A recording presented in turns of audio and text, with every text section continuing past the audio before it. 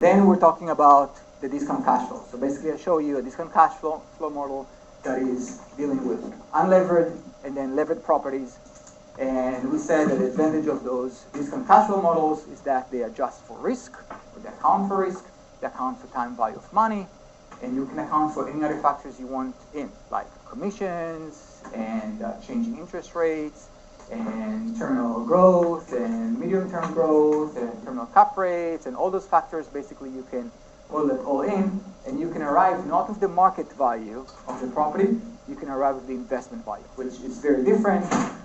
We as investors, a lot of you as investors, you're more interested in whether the property is a good investment or not. You're not so much interested in whether you're paying the fair market price. Because like we said before, you may be paying what other people would pay, but it end up being a bad investment. That's not desirable. So it's really more important for you as investors to focus on investment value. Let the appraisers do the market value. That's fine. We're not learning here to be appraisers. So that's basically what we covered last time. So what I want to do today, I want to talk a little bit about risks associated with those models, and then specifically talk about the terminal cap rate. You will be able to take this information today and basically wrap up your project with the very last details of what you need for the project. You will not have to, but I think will be advisable. Then we'll talk a little bit about taxes related to real estate. This is not a tax course, and I'm not a tax expert, but I think you still need to understand, generally speaking, how investors are being taxed on real estate. At least you have the idea of how this works. And then depends how time permits, but I want to talk a little bit about the efficiency and inefficiency in the real estate market, discussing some of the literature on momentum and value and things that I actually mentioned in the previous lecture, but we didn't really have time to talk about. Okay? So before we start, any general questions, not project related, we can maybe keep it for the end. I'll be happy to give you 20 minutes at the end if you want to. If you have general questions, general project questions are fair, but not specific ones. Everybody know when the project's due? Everybody got a good start, I hope? I have 2 questions. Ladies first. Yeah, for the like levered required return, is there like a, how would we like project that or get to that number?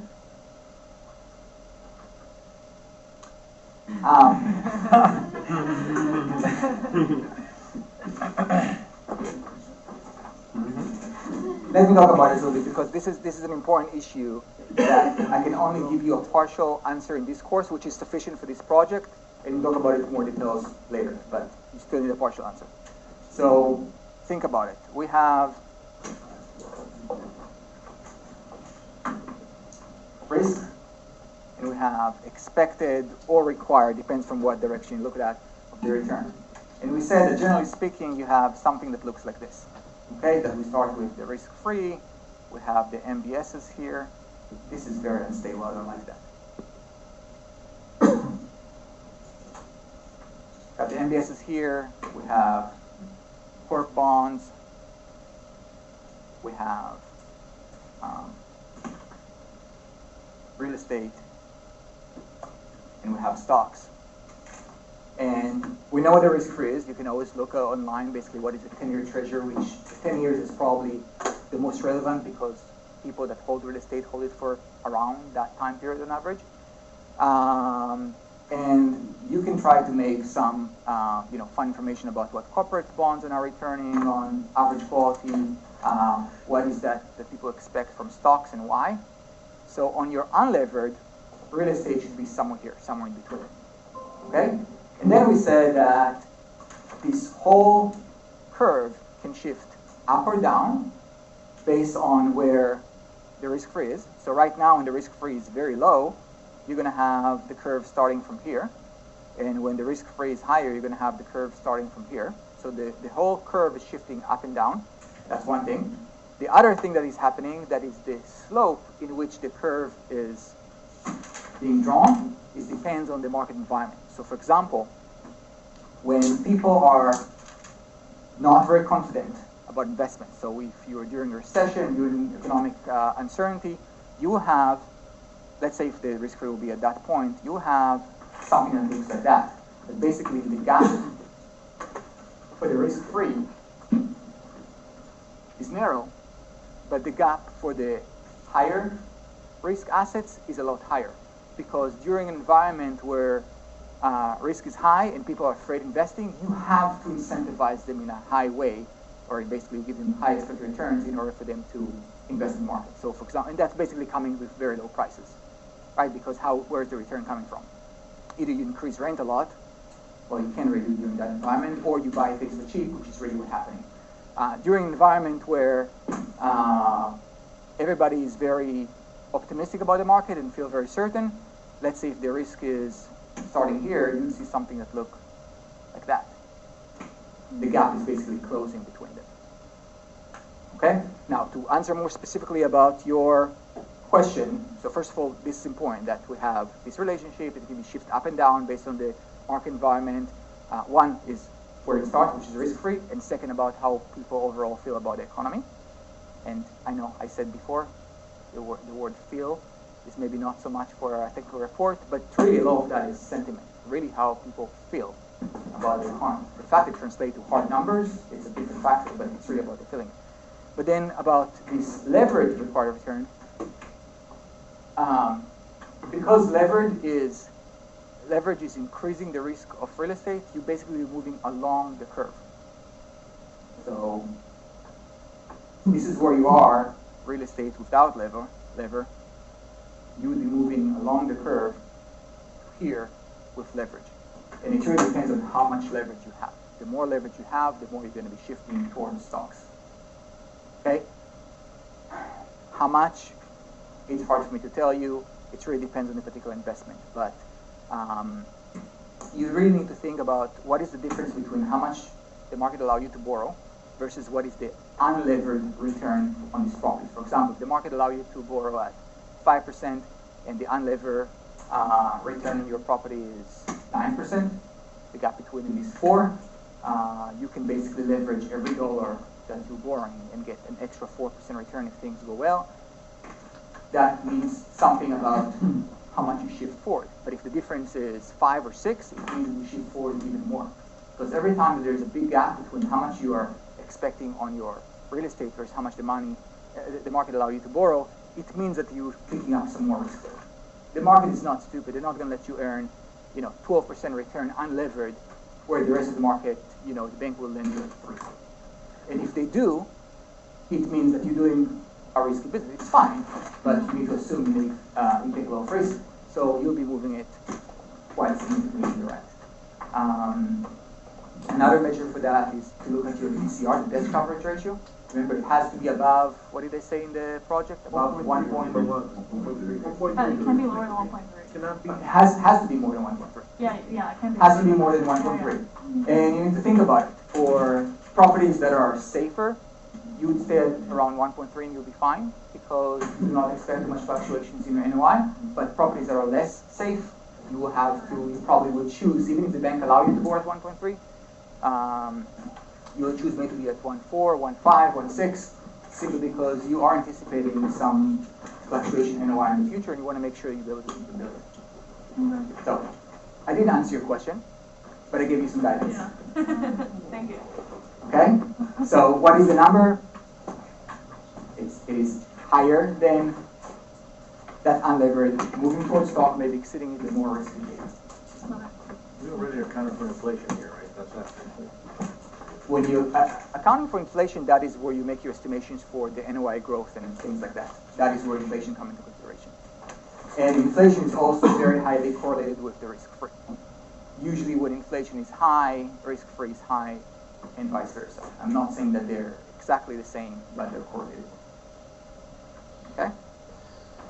Tony? You said any type of property, commercial, industrial, office, retail. You can pick whatever you want, yes. Fine. But just be careful with picking something that is too involved. I know a lot of you are entrepreneurial, so you want to pick something unique and we're going to do that and renovate this and get tenants in. And what we learn is very basic. It's basically, it's most suitable for, there is a building, it's mostly occupied, I'm buying it, and I'm going to be receiving rent, and hopefully increasing it slowly over time in some pace. That is what this spreadsheet is suitable for. If you're starting with something that is more complex of, oh, I got this building, but in order to get it to stability, I need to rent some of those spaces that are now not occupied, and I also need to renovate and all that. You just don't have the spreadsheet to do that. So you can modify it, but I would suggest to keep it to the basics with this one because you will have the opportunity to work with more complex situations later. Really, all this is, can you use the tool, which hopefully you can, and can you use justification, macroeconomy justification to determine why you expect certain rates of return, what affect your returns. That's really what this project is about. So try to keep it as simple as possible, make the job easy. Anything else? All right. So, talking about this, we already talked about risks. Let me talk about risk associated with those spreadsheet very briefly. So if you go into Blackboard,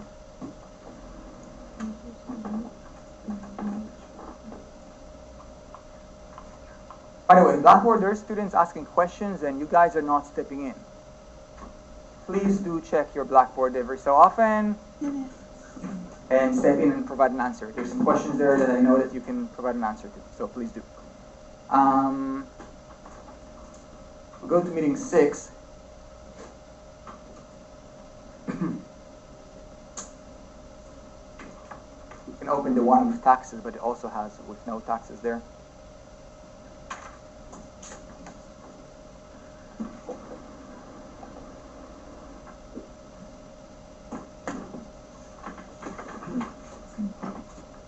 This is the spreadsheet we dealt with last time. And we need to think about, okay, so we have here a certain rate of return.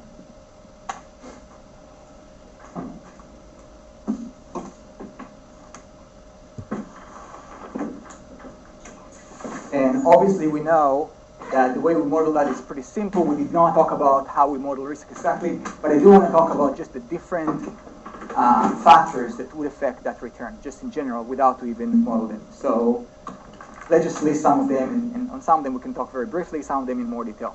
So the first thing that you're concerned about when you buy a building like this and you project 12.8% is, of course, that your NOI is not as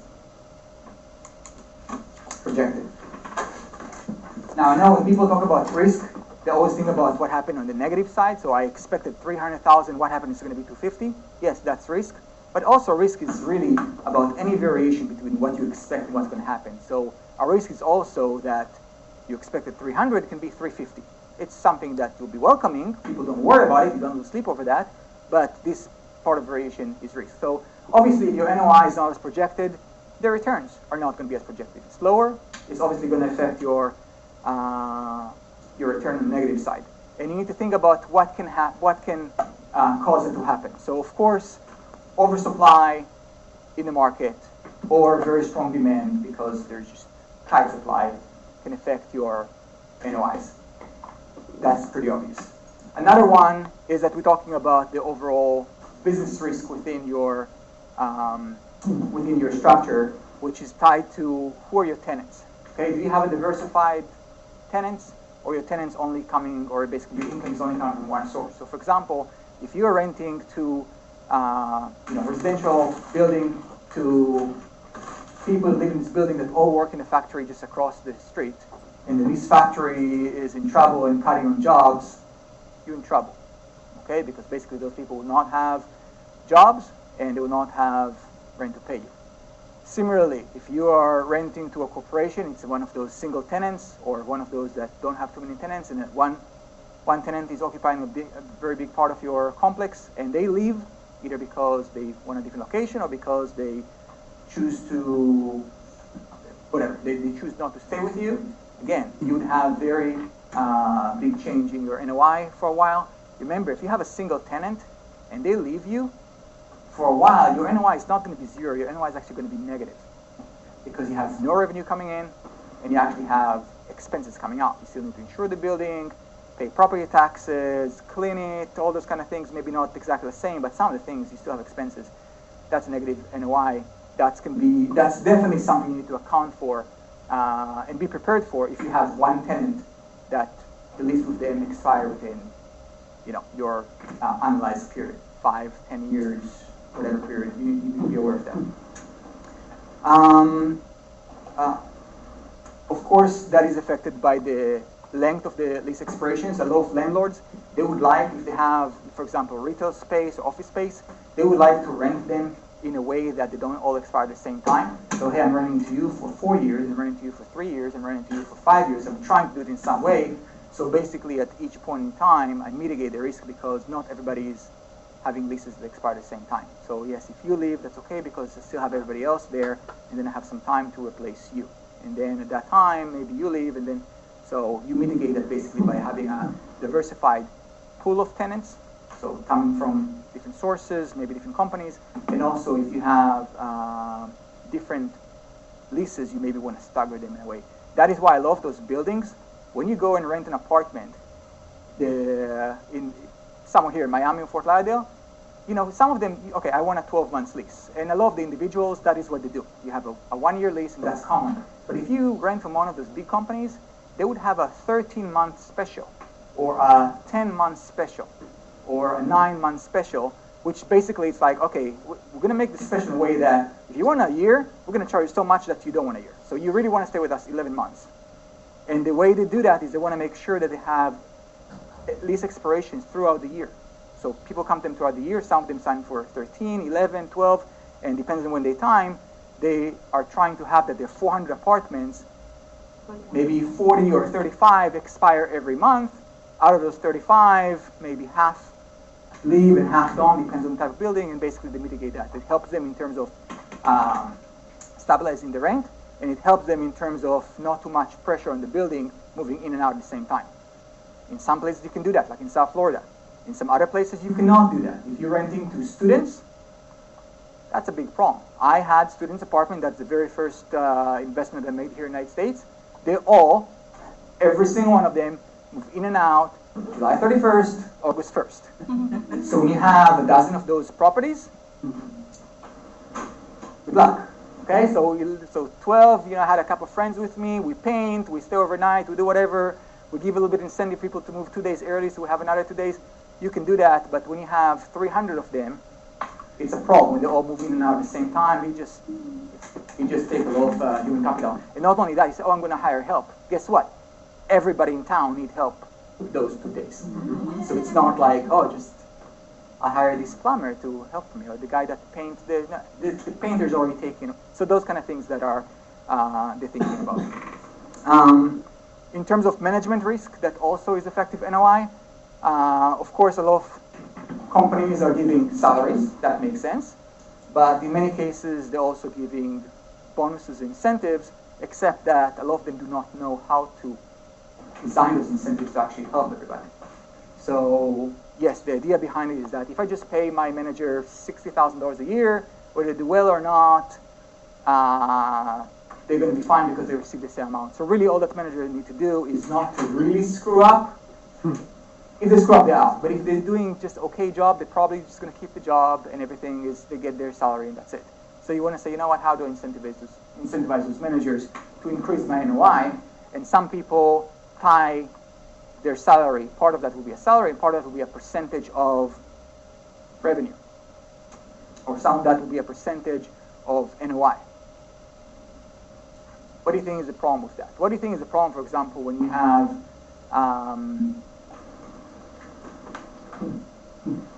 incentives that are tied to NOI?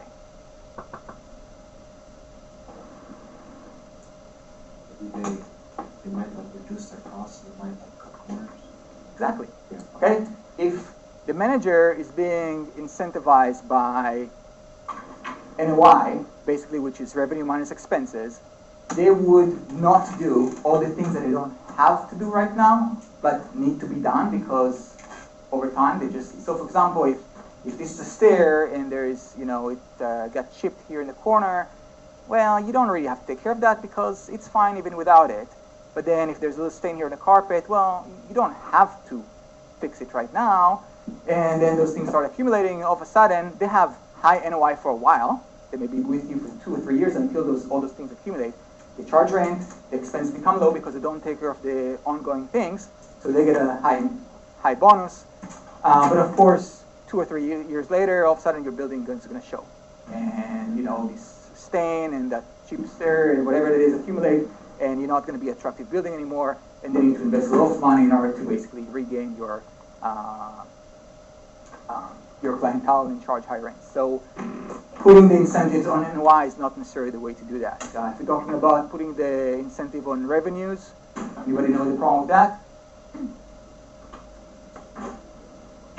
You won't receive as many tenants because market rent is too expensive. Well, no, but they're being incentivized to collect more rent. Think about it, you have the exact opposite.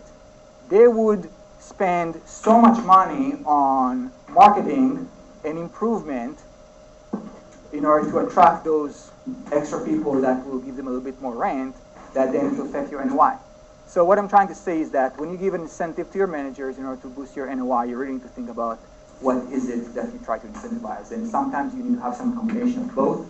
You need to make sure that, yes, they may be rewarded on NOI, but they're subject to a certain inspection every so often to make sure that the things that are inherited, if they are, they're being penalized in some way. So there's ways to do that. So don't just naive us, okay, we're going to give you a percent of NOI that will boost it. So you need to be careful with that. And of course, the last thing that is affecting NOIs is unexpected expenses, okay? There's some big expenses that you just did not plan to, no matter how organized and experienced you are. If they happened, yes, that's why you have those cushions of DCR over your mortgage payment. You need to, even though you're not prepared for them, you need to know that those can come. Unexpected expenses, of course, reduce your NOI, but it's not as big of a problem as it reduces your NOI and then your NOI should go back to where it was and then grow from that point. It's not going to spin for a reduction. If you have oversupply, for example, that might be a reduction in NOI that will last for a very long time because oversupply in the market, rents go down, and then from that time period, you start to increase it slowly over time. It may take 5, 10 years, depends on how long the cycle is. With expenses, it's basically a one-time hit, but it's still a hit.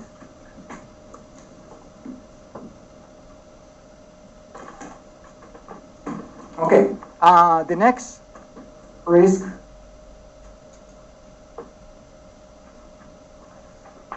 is financial risk. And we discussed it before, that basically any building, no matter how safe you are, no matter how safe that building or structure is, you can make it more risky by simply adding debt. If you add financial leverage, which is financial risk, by basically increasing more and more and more the amount that you borrow against that building, it is not secure, it's not safe, and it's not a low-risk investment anymore. So, like I showed you last time, yes, you can have the best tenant in the world that you think that there is no risk there whatsoever, and then you leverage to your eyeballs, except that they just found whatever it is in the lease that allowed them to get out today, and you didn't know about it because in your lease you said that you're going to keep the building in good condition all the time, but there's a stain here, and they want to move out, so they're going to tell you that because of the stain, they're moving out, and go fight it. Maybe you win, but it costs you some money that, and maybe they just move out. All of a sudden you're with a empty building, and if you have debt on that building, you're in trouble.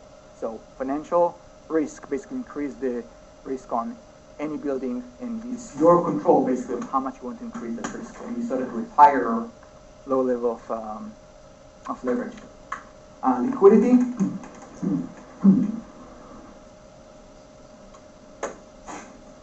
So when we say that real estate is illiquid, what do we mean by that? It doesn't easily convert to cash. Okay, more specifically? It's Takes time. It takes time to change hands and convert it from a tangible asset in the form of real More estate to specifically? cash. I don't know. More specifically? Thought. Selling real estate quickly is not a problem. The problem is selling real estate quickly for market price. Okay? If you want to sell your real estate that is worth $1 million tomorrow, all you need to do is list it for $500,000 and it will be sold tomorrow. The question is that how long does it take it to sell for what it's really worth in the market, which is $1 million?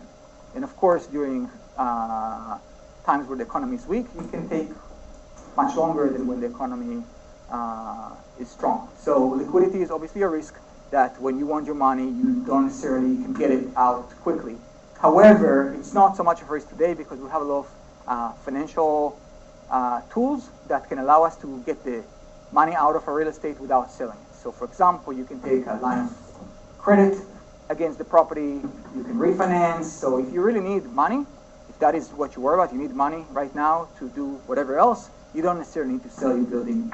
You can basically refinance, take another loan, get a line of credit, whatever it is. But still, when you do want to sell your building, you need to realize that you can't do it on the spot. It's very different than when you buy a bond or a stock. A bond or a stock can always be sold at market price within seconds. Some of the bonds maybe are less, maybe take a day or two, but on stocks within seconds, milliseconds, you can always get out of there. Now, liquidity risk, of course, it's even more severe for unique buildings and odd locations. So if I have a very unique building that is only suitable for a pharmaceutical company with labs that are situated in some way and no windows because that is what this lab needs, and those rooms that it's, just cut in some weird way, if they leave, or even if they don't leave, if you just want to sell it, let's say they leave and you want to sell it to somebody else, you need to realize that you need a very, very specific tenant to occupy that. You can't just rent to the next office or the next retail or whatever it is. So some of those unique spaces, you can get a lot of rent for them because in many cases you designed for the tenant. Actually, in the not the last trip, the trip before that, when I was in Guatemala City, one of my previous students, they own a lot of real estate, and she took me around and showed me what they have. And they had one of those buildings that they're charging very high rent, but they designed it for that tenant, and that tenant is paying premium, and also have a very long lease, and some basically some upfront cost that the tenant itself paid in order to make the space like they want. But they also realize that if this tenant is moving out after 15 years, they need to spend a lot of money to redo the building to just rent to somebody else or What kind of business or was it? something. They're testing textiles, which is actually kind of the actually that particular student, her family is supplying elastics for Under Armour and Nike and Adidas and some of the big names, and some of the material that they're manufacturing is being tested by that lab, so they also have some kind of collaboration.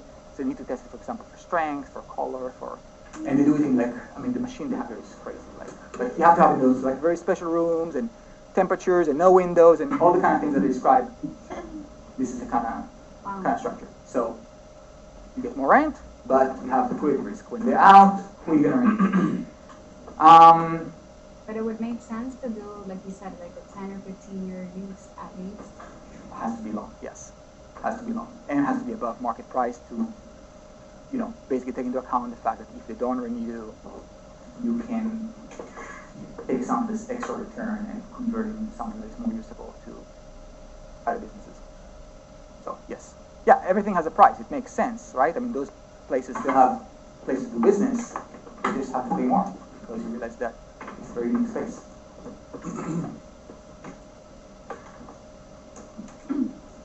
Legislative risk is the idea that somebody from the government, either local government or broader government, can one day come to you and basically change the rules.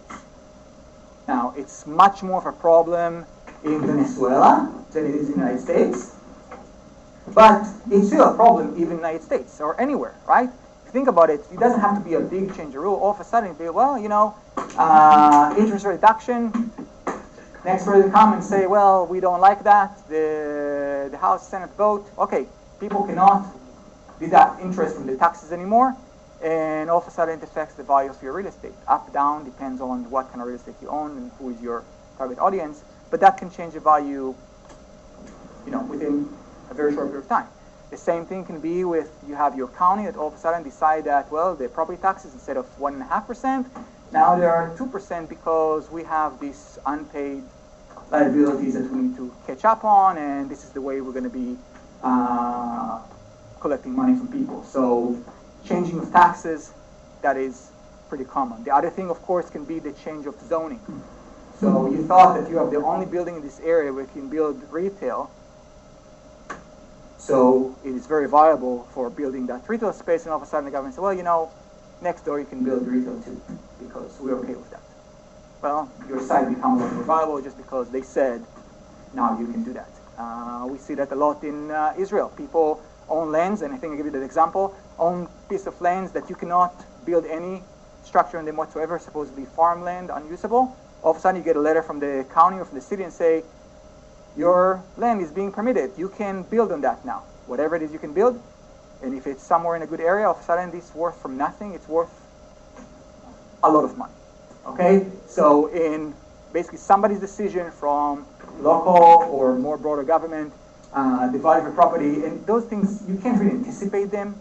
But there's some things that you hear in the papers that people start talking about, and oh, it's not going to happen, all that. Then you hear about them a little bit more often, and some people discuss that, and you know, they propose this, propose that. And if you hear more of people like proposing things, that you need to be aware of that. A lot of that is happening at the very local level. People that live in Chicago may not know what people discussing in the local paper here in Fort Lauderdale, in Miami, whatever it is. That's why you have to be here in the area. Doesn't that have to go before a zoning hearing? And have Sure, so it goes through a zoning hearing, and then they... come in and... Sure, so they vote on it. So it takes a few more months, and then it becomes... But it has to be majority vote.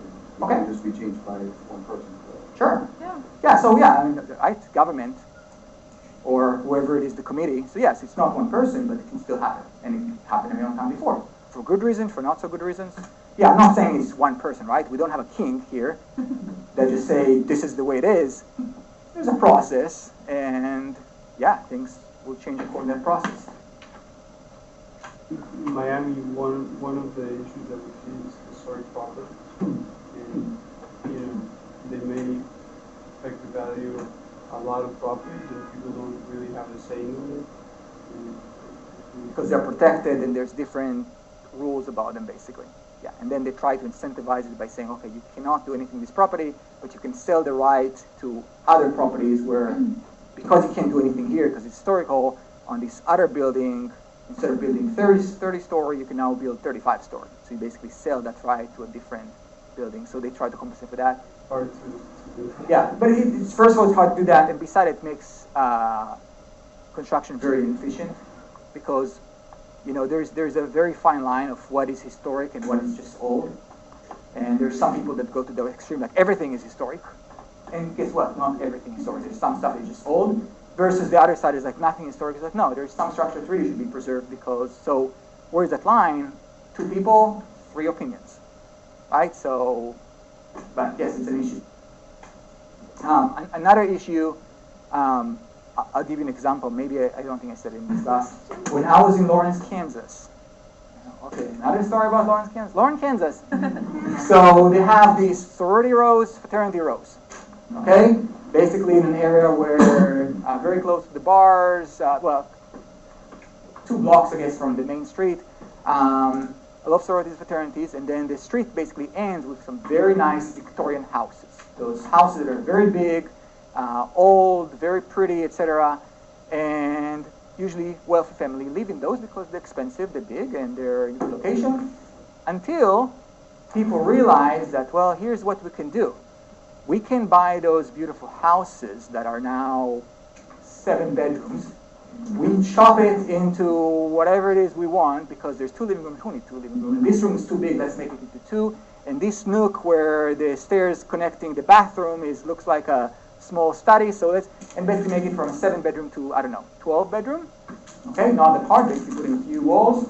And renting it to people that moving out from sorority fraternity in their senior year still want to live next to their friends, but can't live in those fraternity sororities. So you're getting basically a low rent for those properties.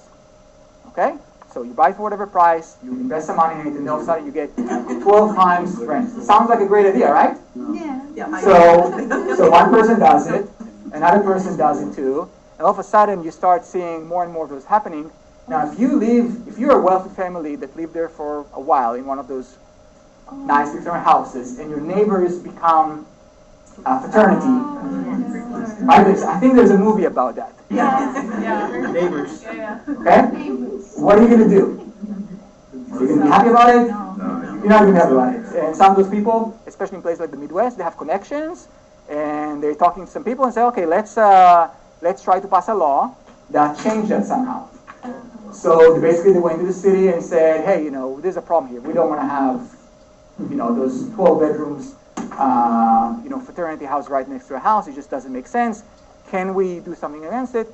And basically after they went through whatever hearing, committees, process they need to do, they pass a law that says no more than 3 unrelated people can rent the same house anywhere in Lawrence, Kansas. So basically, if you have 3, me, you, and her, we're not related, that's fine.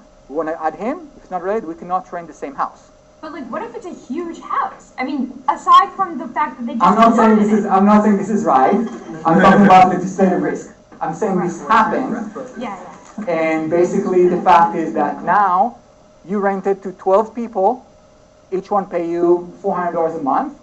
Take 12 times 400, that's 4,800. And now you can only rent it to 3 people. For 3 people, it doesn't make any sense. Well, they maybe pay more than 400, but a wealthy family doesn't want to rent it because it's all chopped up to tiny rooms. They don't want it. Now those kids cannot rent 12 of them one unit. So what do you need to do? You need to sell it because it doesn't make sense to rent.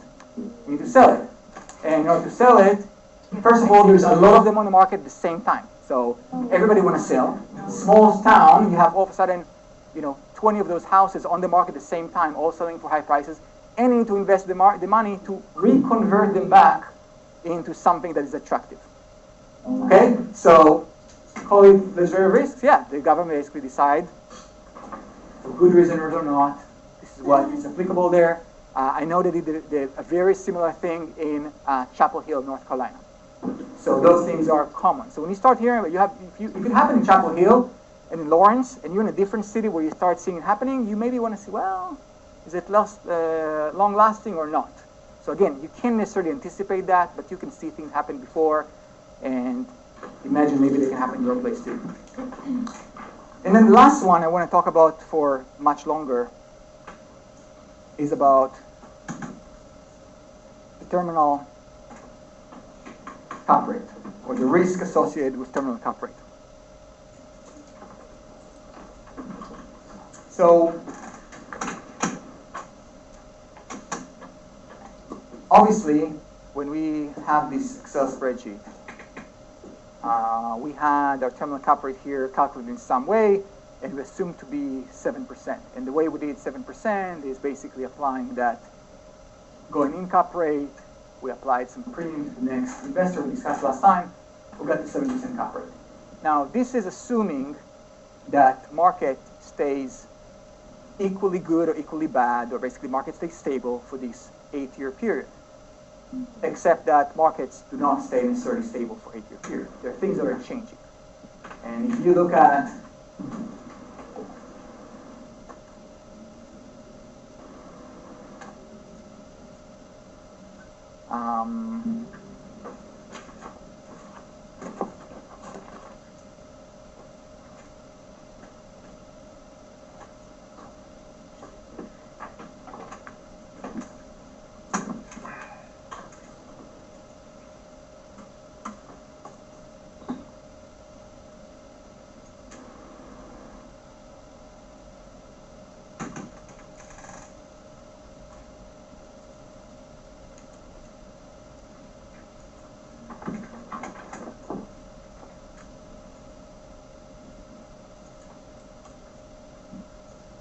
loaded.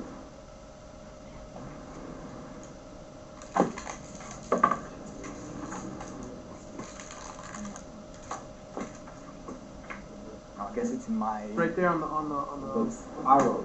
no, look at the arrow right there. This one? Yeah. All right. Thank you, Pedro.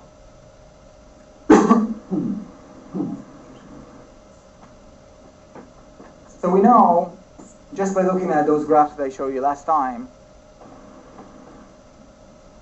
that cap rates over time are not constant. There are some periods where cap rates are going down very significantly. What is that? 99 till 2007, and cap rates went down from 8 all the way to 4. And then you have another period over even a short period of time when they go from, I don't know, 4 or 5 all the way to 6 or 7. So they don't stay constant over time. Now, if you have this naive notion that, okay, I'm going to have this spreadsheet that going in cap rate is 7 and going out cap rate is 7, and basically my return is based on my NOI growth and how much I collect NOI, well, that's great, except that you're ignoring the reality that just because you bought at 7 doesn't mean you're going to sell it at 7. You may sell it at 9, which is a problem. You may sell it at 5, which is a problem for somebody else, but you're going to be benefiting from that. Okay? So we have to take that into account, that cap rates are not constant over time. They're obviously changing a lot. And I'm not saying we have a precise way of predicting that, but at least we can identify the factors affecting that and putting it into our model. So how do we do that? First of all, let's see what is the effect. Basically, if I'm changing this terminal cap rate from 7 to 5, my IRR immediately went from 12.8 to 18.8. It's a huge effect. That is 6%, over 6% every year for 6 years. That is very, very significant of just a reduction of cap rate by 2%. And the same thing, of course, all of a sudden, if it goes from 7 to 9, then this, instead of 12.8, now it's 7, 9, basically another 5% the other direction every year for 8 years. So every small, this is a relatively small, right? I mean, you saw the moves on the graph. It's not like they move 0.25% every 10 years. I mean, they move all over the place. 4%, 2%, 3% easily over 8-year period. They can. Now, they can move and then go back to the same location, but you need to realize that they can move in a very significant way that is definitely affecting your IRR. It's probably one of the biggest factors that is affecting your IRR, maybe except for really having very low NOI. But even if your building is full, you've got your rent, you have a good lease, you have a good tenant, everything is going as you expected, you increase rents that you expect, everything is good, but then you sell it for a cap rate that is 2% higher because market change, all of a sudden your returns are not good. So we need to really focus on that. Now, this effect is especially significant when you're talking about low cap rates environment. Because when cap rates are 8, when they go up to 10, or when they go down to 6, the effect is relatively small. But when cap rates are 4, every % difference make a much bigger effect. So for example, In the value. yes, in the value, which affects your return. For example, if you have a property, just to make it simple, with NOI that is $100,000, okay? And let's say that my cap rate is 8%, and I'm considering some variation of maybe 7 or 9%. Okay, so at 8%, the value or the price will be 100 divided by 0.08, which is 1.25 million, right? You can check my math if you want, but I think this is correct. 1.5 million. Now, if I'm going down one cap rate because the market changed to my favor, and cap rates now are lower, then 100 divided by 0.07, that should be about 1.44, 44, I think, if you round it up. And if 100 all of a sudden you divide by 0.09, so if cap rates went up, you divide by 0.09, that makes it about 111. Roughly. I'm rounding those in my head, so it's not exact, but close enough. Basically, what you see is that from that point, because of 1% movement in cap rate, your building is going to be worth about $200,000 more, or about $14,000 less. Okay, that is the move. Now it's not symmetric in both directions. Of course, as cap rates going lower, the value is higher, and vice versa. But the magnitude difference is not necessarily symmetric. Now, if you do the exact same thing with the same building that has a cap rate of 5, but you're also considering maybe it's going to be 4 or 6, the effect is a lot more significant. So for example, the price originally will be 100,000 divided by 0.05, which is the same as multiplying by 20. That will be 20, right? So 2 million.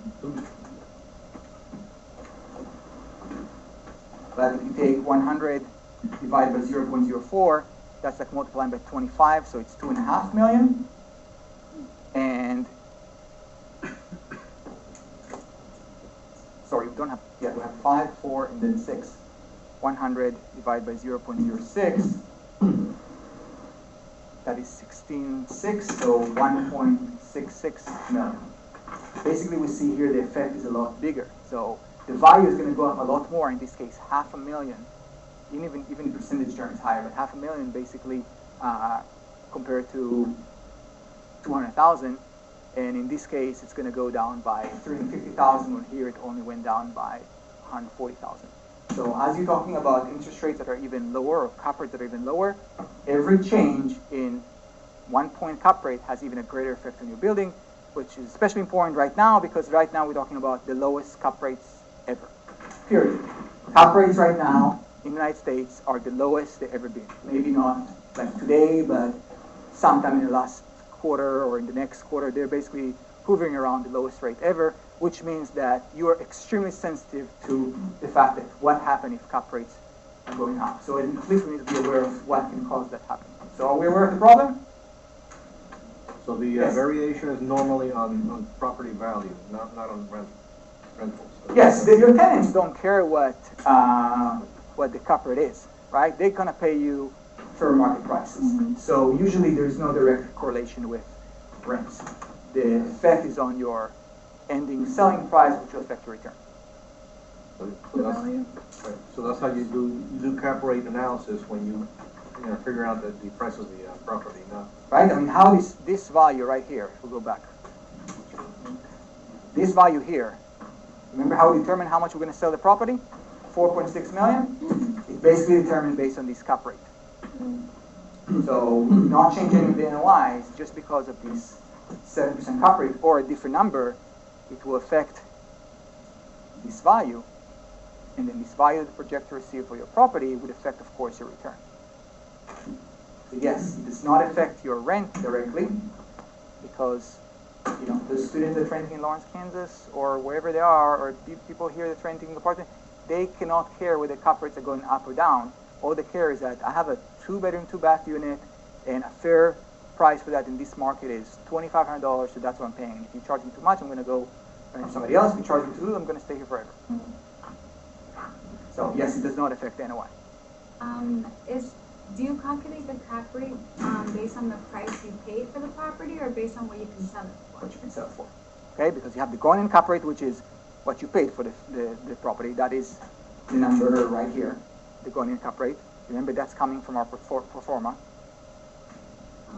Okay, which has basically what you expect to receive in rent minus the expenses relative to what you pay. That's the going-in cap rate. That is not a question mark so much because you already know what you pay. That's not going to change. Once you wrote a check, it's done. Yeah. What is in big question mark is how much you're going to sell it 8 years later. And that's really what you need to be concerned about. What you paid for, you can be worried about as much as you want. You already did it. It's already happened. What you are concerned is about after you bought it, or when you think about buying, what will be the exit strategy, how much you can sell it for. Do you think, I know it's a little bit off of what we're saying. I never get off questions here. Do you think a buyer, if they're looking into an investment property, should care what the owner paid for it? No. No. No. I was actually talking yesterday to an investor that was saying, well, those people bought it a month ago for 2, and they want to sell it today for 2.5.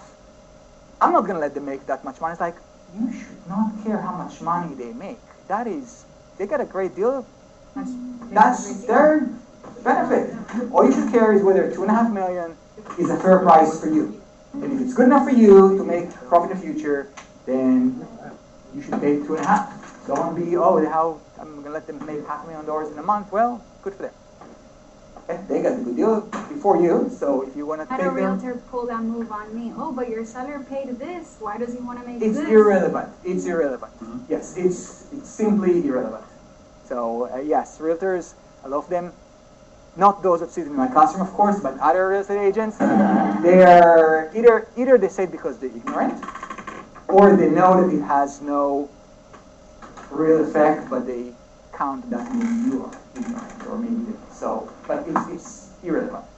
What they pay for that, it's irrelevant to what it should sell today. Today it should sell for whatever other comparable properties selling for. If it's a residential, if you talk about properties, it's whatever it is would award you the appropriate rate of return. Nothing to do with how much they paid for. They maybe overpaid, maybe they underpaid, they got a great deal, they got a terrible deal. You should not care The about that. return affects the price.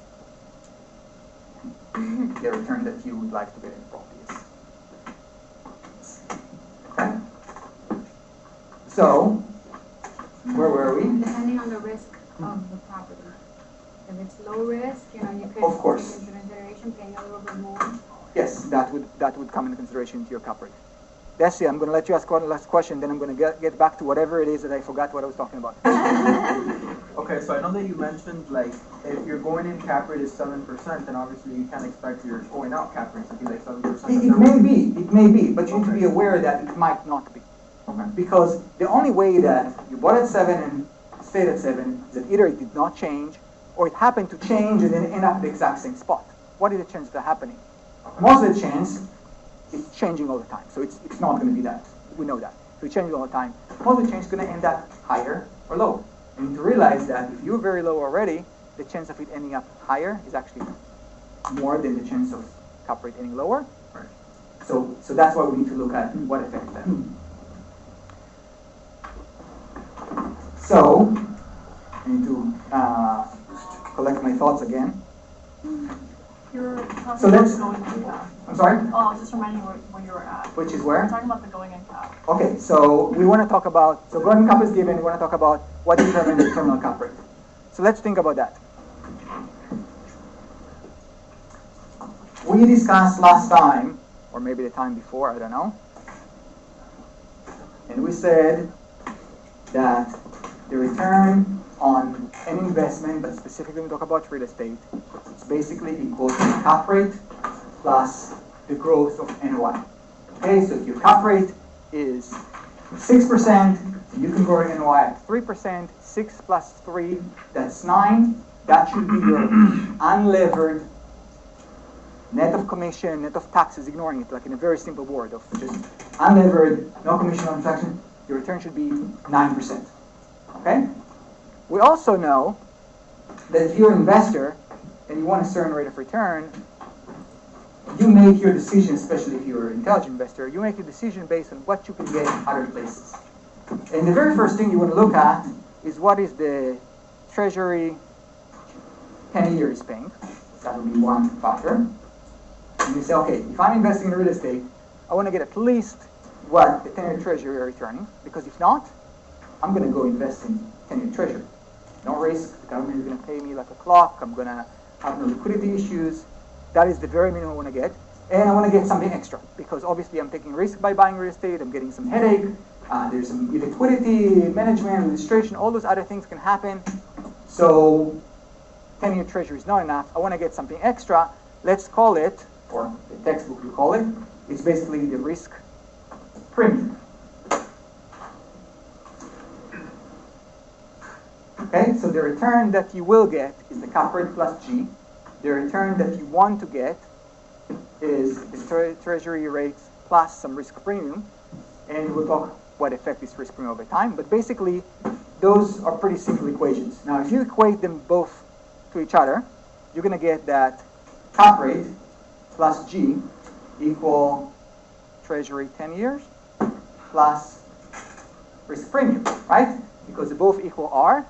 So if I just equate the two, that means that the right-hand side of one equation is equal to the right-hand side of the second equation. Everybody see that? Pretty straightforward. So if we want to concentrate on this cap rate, all we need to do is take this G and move it to the other side.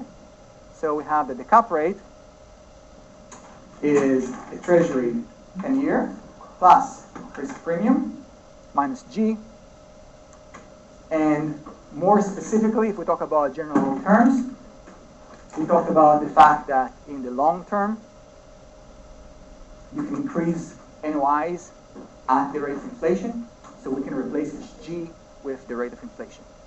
It may not be true in the medium term, but remember, when you make assumptions about the terminal cap rate, which is what would happen some 8 years or 6 years or 10 years from now, a price that somebody would be willing to pay, hold it for a long period of time after that, inflation is probably the most reliable indicator that we have. So we're really talking about 8 years that you hold it, plus another 8 years that somebody else hold it. On average, that becomes long term already, and any deviation from inflation on G is hard to do. So this G basically becomes the rate of inflation. So to determine what is your terminal cap rate, so I can put here terminal, it basically will be your treasury 10-year, whatever you expect it to be when you sell the property, plus some risk premium minus expected inflation, expected long-term inflation.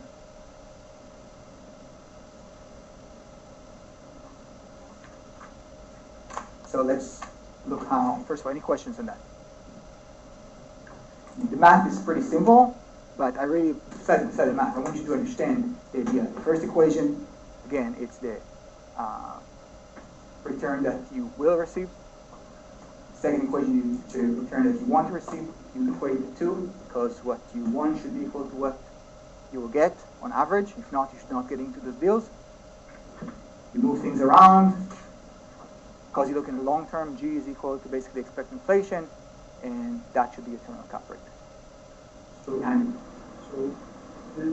this would apply more like to if you're analyzing most properties in the market, or can you make any particular property, because you will sell the property in the overall market.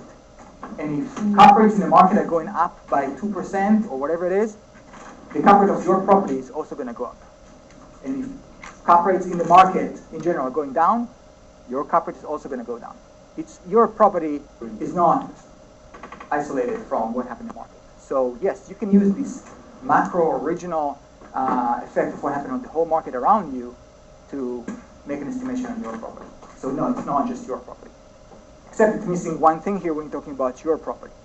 And the one thing that is missing here, we're going to add here in a minute, is basically, this is the cap rate that will be applied to the overall market, just like you said. So for example, if I believe that when I sell the property, the 10-year treasury is not going to be 1.5%, it's actually going to be trending up and it's going to be 3%. Okay? And the risk premium, it's going to be like historical risk premium, which I'll show in a minute, which is about 450 basis points, or 4.5%. So 3 plus 4.5 is 7.5. And expected inflation, let's say, is 2%. So 3, 4.5, 7.5 minus 2 is 5.5. That will be the cap rate in the market. And then you need to add or subtract what is the relative cap rate of your property relative to the market. So if your property is better than the average property in the market, and that's why it's applied to the question you ask. If your property is better than the average property in the market, it should sell for a lower cap rate. And you can easily see by what you buy. Okay, so right now the cap rate is 7, and I have to buy my property for 6. It means that my property is better. If not, I overpaid about 1%, so it makes sense to reduce here also by 1%.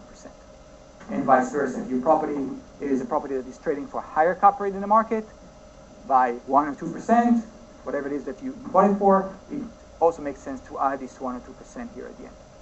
Okay, so first of all, this will give you the overall market cap rate, and then you adjust for your own property because it's higher or lower quality, or whatever it is, all the other factors you talk about specific to your property relative to the market. Because not all properties, obviously in the market, will trade for 5.5 cap rate. In the market, the average is 5.5, some would trade for 4, some 5.5, and some 7, and even wider than that. You need to realize that, okay, 5.5 is the middle point, and my property is better or worse by so much, and you need to make an estimation there. I just have a quick question. Can you go back to when you said, okay, this is what you want to, this equation is what you want to get, this is the, okay, can you tell us those one more time? Yes, the one that you want, think about it. Investors want to get at least whatever they can get without any risk, which is 10 treasury, and they want to get something extra, risk premium. They say, hey, I can always get 1.5% right now. If you want me to invest in real estate, give me something extra. If not, I'm not going to touch it. You need to give me enough extra that will be worth it for me, the effort, the hassle, the risk. That is the risk premium. What I will get is basically what my NOI relative to price is really going to be. That's the cap rate, and how quickly I'm going to increase my NOIs. That is what will actually happen. We don't know what it is. We always know what we want. We don't know what we're going to get. But if we equate it to, we able to make intelligent assumptions about the future. So putting it into our spreadsheet. Sorry, somebody had a question there too? Yeah, the assumption is that the terminal cap rate, as you computed it, it's after the 10-year point, right? After the 10-year. After the 8-year holding period here. 8-year point. Yeah, people use a 10-year treasury just because it's the common, it's easy to find. The 10-year treasury is usually not very different than an 8-year treasury. So we use 10-year treasury as a benchmark. It doesn't mean you have to use 10-year treasury. People can use 8-year treasury or 12 or whatever. But 10-year is common just because it's the most common instrument there. Those analysis, usually people do them anywhere between 6 and 10 years. You don't want to go too far in the future because your visibility becomes lower and lower as you go farther. You don't want to go too short because then you really affect any small fluctuations or any small thing go well or against you can really affect the return. So 8 years is normal. Sometimes people would extend it, for example, in 1 year. For example, a common event to do that is if you know, let's say this is a CVS single tenant, and you know that after 8 years their lease expire, you probably want to include 1 more year in analysis to account for the fact of, okay, what happened when they moved, and then it takes me some time and money to get a new tenant. If you are excluding that, if you're ending your analysis right when they move out, you're lying to yourself. Okay, you probably want to include a major event there if you know what it is. So in the case of a lease expiring in 8 years, you know in advance, you're going to have a major event in 8 years. Don't finish it there. Maybe go another year or two. So that would be a reason why including more. But other than that, 8 years is kind of standard. There's no really. This is what we use. Professor, let me ask a question about risk premium. Isn't that based on the asset itself rather than the market? Or so we have let me show you that. Okay. Hang on, because there's two. There's the market and then the specific asset. So let's look at that. So first of all, this is the exact same spreadsheet we had before, except when I say exact, it means that it's not exact because I wouldn't show. Exact except for we added a few more factors here, which is what we just discussed now. So here are the few things that we discussed. First of all, the expected treasury yield. So if we expect treasury yield to go up over time because they're now at the lowest point they've ever been and rise to about 3.5%, and how you make those decisions or expectations based on either expectations that provided by the economists, the government, Federal Reserve, etc., or based on look at what it was historically. Historically, when inflation, and also when you talk about historically, you think about similar environment. So historically, during a similar environment of a relatively healthy economy, right now the economy is relatively healthy. We're not booming, but the economy is relatively healthy. Relatively healthy economy and low inflation, okay, 1.5%, 2%. When you look historically at what was the treasury rate during a similar time period, it was something like 4.5%, 5.5%. Now it's 1.5%. So it makes sense that it's going to be trending toward those numbers. So it's probably going to be higher. Where? How much higher? Again, it's speculation, but as long as you realize that it's not going to stay at 1.5, or the chance of that is pretty low, and we're going to be able to model it later of how we account for different values, but for now we're going to pick one value. So it's 3.5%.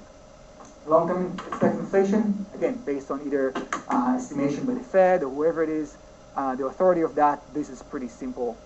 Let's say that's 2.5%. And then the expected risk premium, that is, Sebastian, for the market. Okay? Okay. So for the market, it's 450 basis points, which is same thing as 4.5%. Anybody know why they call it 400 basis points rather than 4.5%? They call it, in Wall Street, they call it 450 bips. Yeah. You know why they call it bips rather than 4.5%? It sounds cooler. And they make fat salaries, so they need to justify it with cool terms. So they call it 450 bips rather than saying 4.5%. So I put it as 4.5%, but I call it 450 bips because that's how the terminology is. And just to show you where I got these numbers from. Well, let me first show you how it's, when I'm, okay, so 1, 2, 3. And then the last thing here is the capital adjustment, which is the specific risk for your property. Okay, so let's say that when I bought this property, I bought it right now, and cap rates in the market were around 5.25%, but the cap rate I pay for my property is 6.75. Now, either I got an incredible deal.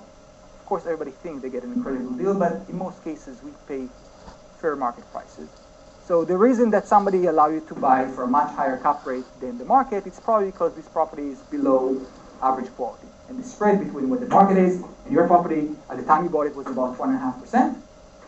So you probably want to add it also at the end because when you sell it, it's also not going to be at the quality of the market, it's going to be lower quality. So somebody should also be receiving about 1.5% extra.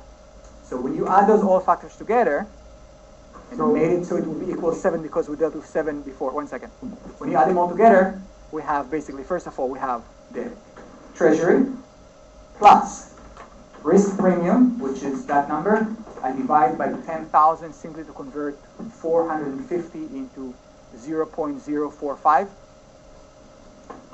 Right? It's just a artificial division. It's not a real division. It's to make 450 divided by 10,000 to make it 0.045, which is 4.5%, minus expected inflation, which is this, plus that cap adjustment. So again, this is the market risk, and this is the individual risk of the property. And those are basically expectations about what interest rates will do between now and 8 years from now. So we say that inflation is going to stay low, but go a little bit higher, and interest rates will stay low, but will be a little bit higher than today. So if you have a different approach or different assumption about it, or you have a different view, that's fine, but this is how it should be calculated. Yes? So you remove the next investor required premium. Yes, it's basically being captured here. Okay. If you really want to adjust for that too, and you say, okay, when I bought it was 1.5% above, and when I sell it because of age and all that, it should be maybe 2% above, then you should pay 2% here. That's a good point, very good point. Okay, and I play with numbers in a way that the cap rate is still 7, but you need to realize that if treasury yield is going up in a significant way to 5%, which is not at all abnormal in a low environment, all of a sudden your cap rate is 8.5 and your return will be cut by a significant amount. Okay, simply because interest rate went up.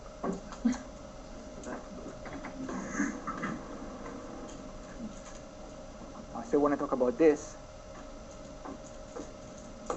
but any questions until now? Why do you have to calculate it as a basis point, not just mere? I just told you. I know, but in that graph you could just do it, right? Okay. I mean, in that Can I put here 0.0? Can I put here 4.5%? Yeah. Of course. Yeah. But I want to tell you about new terminology and tell a joke too. That's if you're awake. Is it possible? So I kind of tie it all together. Do you think it's possible when you come back to the screen to make that maybe like in a different color and maybe a little bigger? Which color would you like, Jessica? I think it's like How about like a hot pink? no, like pastel. Like this? No, seriously, this area? Yeah. Yeah. Exactly. That's dark. Yeah, but like that one in the middle. That pink in the middle. A little lighter. A little lighter. Like, which one? She wants the pink one. Yellow, whatever. I can see your finger, but that, Yeah. Like you see the pink one? I don't see any pinks here. I'm sorry, or maybe I'm a Standard colorblind. colors and Right next to the blue to theme the right. colors, not standard colors. Okay, here. Yeah, go up and go left. Okay. And go up. Left. Ah. There we go. Yes! All right. me see that thing. Neither. We're good? Yeah. You should have told me that half an hour ago when you actually discussed this, but you got it now. I just didn't know if anybody So else. now after we fix the colors for Jessica, let's talk about a different tab, Now we're on. about the premiums. Can I go back to just one last question? One last question. Just about I don't believe you, but I'll answer that. Yes. the treasury yield, 5%, doesn't that imply a inflation rate already, or an interest rate risk and all that? So why do you also need an expected long-term inflation of 2.5%? Because inflation is correlated with treasury, but they're not perfectly correlated. So we had times in the past, like right now, expected inflation for the medium term is about 1.5%, and 10-year treasury about 1.5%. But in the past, you have times where, for example, the expected inflation was 2%, and 10-year treasury was 5, or 6, or 4%. So the two are not necessarily moving exactly together. So that's why you want to control them separately. Because you'll be able to increase your rent by inflation, regardless of what the 10-year treasury is. And that's really what we're going to capture there, the G, which is how fast you increase your NOI. How you increase your NOI is not related to the interest rate in the market. Just because you get more treasuries, you cannot charge your renters more. They don't care about it. They care more about inflation, which is how much they earn and how much other things cost, and therefore that's fair to increase prices that way. Good point. Just one more. The cap adjustment, I know this property is like less nice and stuff. How do you Okay. get that? Like, 'cause I know. I get that it's less nice because when I bought it, I just described your scenario. If the average cap rate in the market is 5, and I bought it for 6.75, it's either because I got an incredible deal, or because it's a lesser property. And you need to decide which one it is. It's like, okay, first of all, you look at the property, you know whether it's in terms of location and quality, is it average or not average? And if not, adjust by how much. But usually the market will tell you, because you pay a much higher cap rate, which means a lower price for the property. Why? Because it's not as nice, not in the best location, maybe a little older. Nice, but you can still get the same rental That's- income as that's the fine. other Yeah. nice ones? Well, not relative to the price. So you can get the same returns, but well, the rent that you get is whatever it is people are willing to pay for that property. Because it's not as nice, you'll get rent, but you also pay a lot less. So the ratio is really what you care about. The ratio for properties that are not as nice or not as high quality, the ratio between what you receive and what you pay is higher. Remember, because the only way to compensate you for buying a property that is not high quality is that you can actually receive more rent relative to what you buy. But if everybody wants those that are super nice properties in the best locations, then you pay a lot and you don't receive as much relative. Yes, you rent the places for more, but in relative terms, you're not going to get as much. That's what brings these cap rates lower. Okay? Let me know if you want to ask you at lunch, but I had a client conversation that I was talking about the cap rate relative to the quality of the property, and it had be higher if it was a lower quality property. And she kind of like looked at me like, she's like, I always want a high cap rate, and I get high quality, properties. I don't know what the correlation is between, No, a lower quality there's property. no and a high question. cap This rate. is undisputable. I know it's the high, it's Yeah. the more risk associated with the This is, I'm performance sorry, but of it, I'm not sure who is the person you talked to. I'm sorry if it's a good friend or family, but Yeah. this answer doesn't make any sense. Of course, we want higher cap rate. That's great. But if you buy go try to find the best property out there and tell them you want an 8% cap rate, they're going to laugh in your face. Okay? Go try to find a trophy property in New York City or somewhere in South Beach or on Newman Road or whatever it is. Top quality, best location, and tell them, I want to buy this for an 8% cap rate. And say, no, 3.5, 4. Okay? However, you can go to some of the rougher neighborhoods in Miami, South Miami, etc., or in other places where, the suburbs of big cities like Atlanta, Cleveland, Kansas City, etc., and you can find 8%, but locations are not going to be the best. Your tenants not going to be the highest quality. You can find that. So whether whoever you talk to, they want high, of course we always want to have the highest quality for the lowest price, right? It's what we all do when we buy anything. When you buy a suit, a shirt, a car, whatever, you always want to pay the least and get the most. So yeah, that's your goal of negotiating. But the truth is that you cannot get a brand new Mercedes S550 for $30,000. I'm sorry? So wish Wish you could, but you can't. So there is, of course, a relationship between the quality and what you pay, not just in buying a car, but buying properties. It's just the way it is. Last question. You guys don't want to talk about the risk. Go ahead. Let's say that your IRR does not meet your required rate of return, Uh-huh. but by the time you sell the property, there's going to be another liquidity event where your property will have appreciated in value. Then you should model it inside. You should model it within Is this. that modeled inside there? No, here we're just talking about this straight line. We make it very simple. But in the case that, from an investor's point of view, I would be willing to put down more of the down payment so I can cover my DCR, because I know eventually my property will appreciate, and in that liquidity event, I will make more money. And if you think that's going to take longer and you want to model it for longer than that, then you should do that. If you want to have a bump in the value because of some event that you're anticipating, you should model that. This is a very simple. Again, first class. We need to have something that is very straightforward, very straight line. So that's what I'm doing that. In our project, can we use that? If you want to make your life more complicated and you want to get an extra point on the go the extra mile, sure, yes. Remember, there's the go the extra mile. That is where it is. But make sure you do it correctly, because if you try to go the extra mile but you run the other direction, then it's not really an extra mile. It's guys. Let's redo one thing before we go to the break, because I wanna finish this. Premium. I have here information for you about what was the 10-year treasury at different points in time, all the way from second quarter of 82, third quarter of 82, fourth quarter of 82, all the way until basically the first quarter of 2016. Okay, so that's the 10-year treasury. I have here information here about what is the average cap rate for apartments, because this is apartment example. For apartments in the U.S., again, I can get this exact same thing for different cities, different states, but since this is a general example for apartments in the United States, what was the cap rate? I have here information about what was the expected rate of inflation at each point in time for the going forward 10-year period. Okay, sorry, that was for the long-term rate of inflation. What is the anticipated for long-term rate of inflation? And basically the implied premium, which is calculated accordingly. So, oh shoot, I don't have the math here. But basically,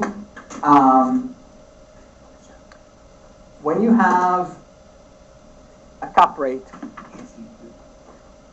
sorry, how do we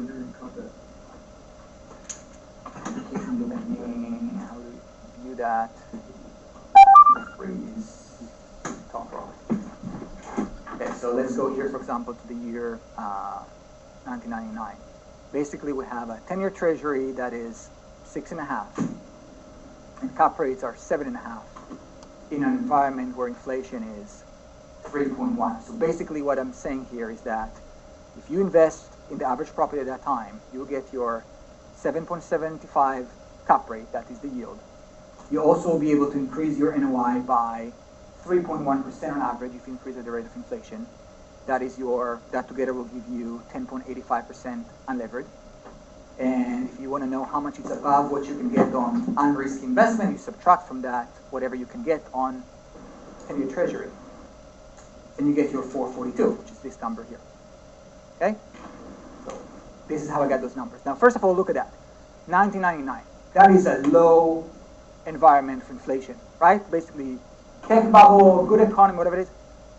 10-year treasury, 6.4%. Today is 1.5%. Okay? I mean, 2006, 4.71%. Today is 1.5%. Right now, the last time I was looking at, which is first quarter of 2008, is 183, and today is even lower. It's about, if you go a few months forward, it's about 1.5%. Okay? So first of all, that's how we got those premiums. Now, when you talk about those premiums, first of all, you say, okay, so what should we use in our analysis? Well, one way to go is to say, well, we don't know what's the environment going to be 8 years from now. This risk premium is clearly related to the perception of people of how confident they're in the market, and I'll show you the next graph. So we'll talk about that. So for now, we're just going to talk about, okay, let's assume that it's going to be the average conditions. And when we talk about average conditions, we need to talk about a period that is similar to what we have now. So period that's similar to what we have now, you need to think about a few things. First of all, you may know something about the market that was different 30 years ago than it is today, and because of that, things were crazy. So that's one thing you probably want to exclude.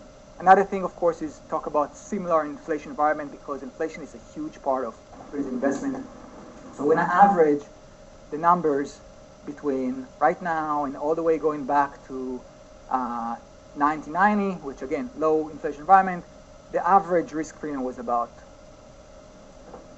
4.5%, 4.45, which is why I use that number there. Now we'll talk about what can make it lower or higher, but before we do that, let's look at those numbers here. Negative 375, 0, negative 171, negative 222, negative 107, and then all of a sudden here, they start being positive. Anybody know what's going on here? Like, why would somebody get into the market? Get into the market. Those are things that we know at the time, because at each point, you know what is the cap rate, you know what is the 10-year treasury, so it's not like, oh, it's maybe, you know what is the cap rate, because you just pay the price. You know what is 10-year treasury, the Fed is telling you what is expected inflation, and you basically say, sure, whatever I can get, just give me a negative premium. Why would somebody do that? One, they have no freaking clue what they're doing. That's usually does not happen overall in the market for an extended period of time. It can happen, but that is not necessarily the scenario here. Anybody know, okay, so the cut over time is somewhere around a little bit before 86. Anybody know what happened in the United States in 1986? Oil prices?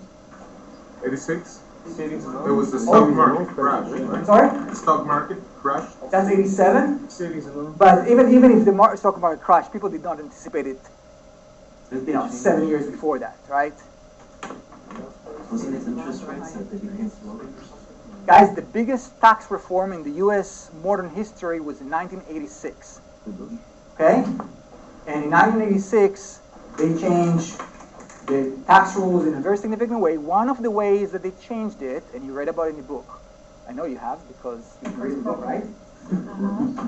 One of the ways they changed the tax code is that they did not allow people, we'll talk about taxes in the second part of the lecture today if we have time, but people can depreciate properties, okay? That then affect how much you pay tax. We'll do it in the second part of the lecture. Before 1986, they could depreciate properties extremely quickly. That was allowed by the tax code. And then if you depreciate your property very quickly, you can show that you're losing money, even though you don't lose money. So let's say that you depreciate your property by $500,000 and you only made $100,000. You can show the government that I lost $400,000. And then they allow you to do one more thing. You can take this $400,000 that you lost, and you can go to this doctor that made $400,000 last year. And the tax code at that point was that on marginal taxes you pay very, very high, maybe 90%, 85%. You say, look, I'm going to sell you that loss. It was legal to do. I can sell that loss, and you, instead of paying 80% on, or whatever, 50% on 400,000, now I'm going to sell that loss, and you show the government you made 400,000, but you have this deduction of 400,000. You made no money, you have to pay no tax, which basically mean that you just saved $200,000 because you're supposed to pay 50% of 400, and now you pay none.